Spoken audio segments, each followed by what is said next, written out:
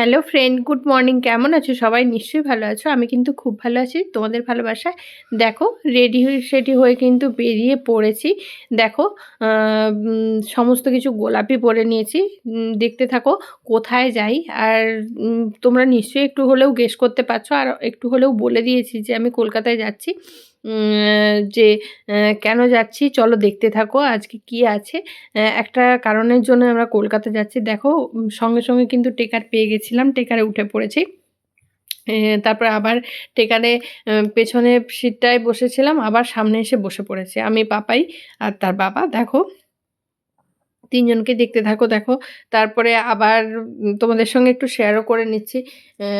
কলকাতায় যেতে তো একটু ভালোই লাগে, কিন্তু এবারে না যাওয়াটা একটু অন্য কারণের জন্যই যেতাম না এই সময়।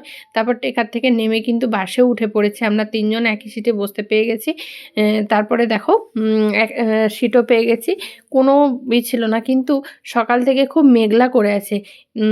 বৃষ্টি হয়নি, কিন্তু আমি কলকাতায় হাফ এসে খুব বৃষ্টি পেয়েছি। তারপরে দেখো, বাড়িতেও চলে এসেছি। এসে কিন্তু তোমাদেরকে দেখানো হয়নি, সমস্ত ঘর গুছিয়ে নিয়েছি। আর বড়বাবু গেছে বাজারে। বাজারে কিছু কাজ আছে কি। তারপরে দেখো, বড়বাবু বাজার থেকে আসুক, ততক্ষণে আমি কাজগুলো গুছিয়ে নিই। আমার সমস্ত কিছু গোছানো কমপ্লিট হয়ে গেছে। এবার একটু রেস্ট করব, ততক্ষণে বড়বাবু চলে আসবে। আর বেরিয়ে পড়বো একটু।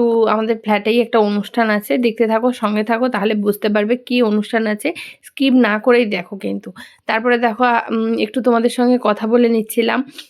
সত্যি কথা বলতে কলকাতার বাড়িতে আসতে গেলে খুবই ভালো লাগে, খুবই আনন্দ মানে লাগে। কিন্তু এবছর আসার জন্য এবারে আসার একটু ইচ্ছে ছিল না। পাপায়ের ভর্তি আছে, সমস্ত কিছু আছে। তারপরে দেখো, রেডি কিন্তু হয়ে নিয়েছি একটু, শাড়ি টাড়ি পরে।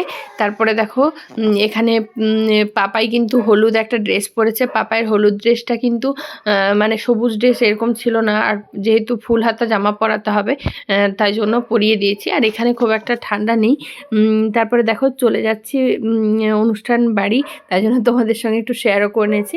যদিও বা গিফটটা তোমাদের দেখানো হয়নি, কী জন্য যাচ্ছি, কোথায় যাচ্ছি চলো দেখতে। এই দেখো, এই লাল ব্যাগটার মধ্যে গিফট আছে। তারপরে দেখো, আমাদের পুরো ঘরটাই অনেকটা তোলা হয়ে যাচ্ছে। তারপরে দেখো চলে এসেছি একটা বার্থডে পার্টি, এই পুচকুটার বার্থডে পার্টিতে চলে এসেছি। পুচকুটা কিন্তু এসে খেলাধুলো করছিল, আর দাদাভাই ফটো তুলবে বলে বলছিল, চলে আয় চলে আয়, ফটো তুলবি আয়, একটু ফটো তুলবি আয়। কিন্তু ওকে দিয়ে তো ফটো তোলানো যাচ্ছেই না। সত্যি কথা বলতে বাচ্চাদেরকে দিয়ে ছবি তোলানো না খুব মানে কষ্টের ব্যাপার। তারপরে কিন্তু ওর খুব আনন্দ হচ্ছিল। তো দাদাভাই চলে গেছে, আর একটা মানে বন্ধুও চলে এসেছিল। ও খুব আনন্দও করছিল। আর আমার বড়বাবুও ভিডিও করে নিচ্ছিল। আমরা আজ কোথাও যাব, ভিডিও করব না সেটা বললে হয়? সত্যি কথা বলতে মানে যার বার্থডে এসেছি তার বাবা-মার সঙ্গে আমাদের খুব ভালো সম্পর্ক। আমরা ফ্ল্যাটে ওদের সঙ্গে খুব মিশি। তারপরে দেখো কেকও চলে এসছে, এবার কেক কাটিং হবে। কেকটা অর্ডার দিয়েছিল। সত্যি কথা বলতে দারুণ একটা ব্যাপার ছিল সবকিছুই।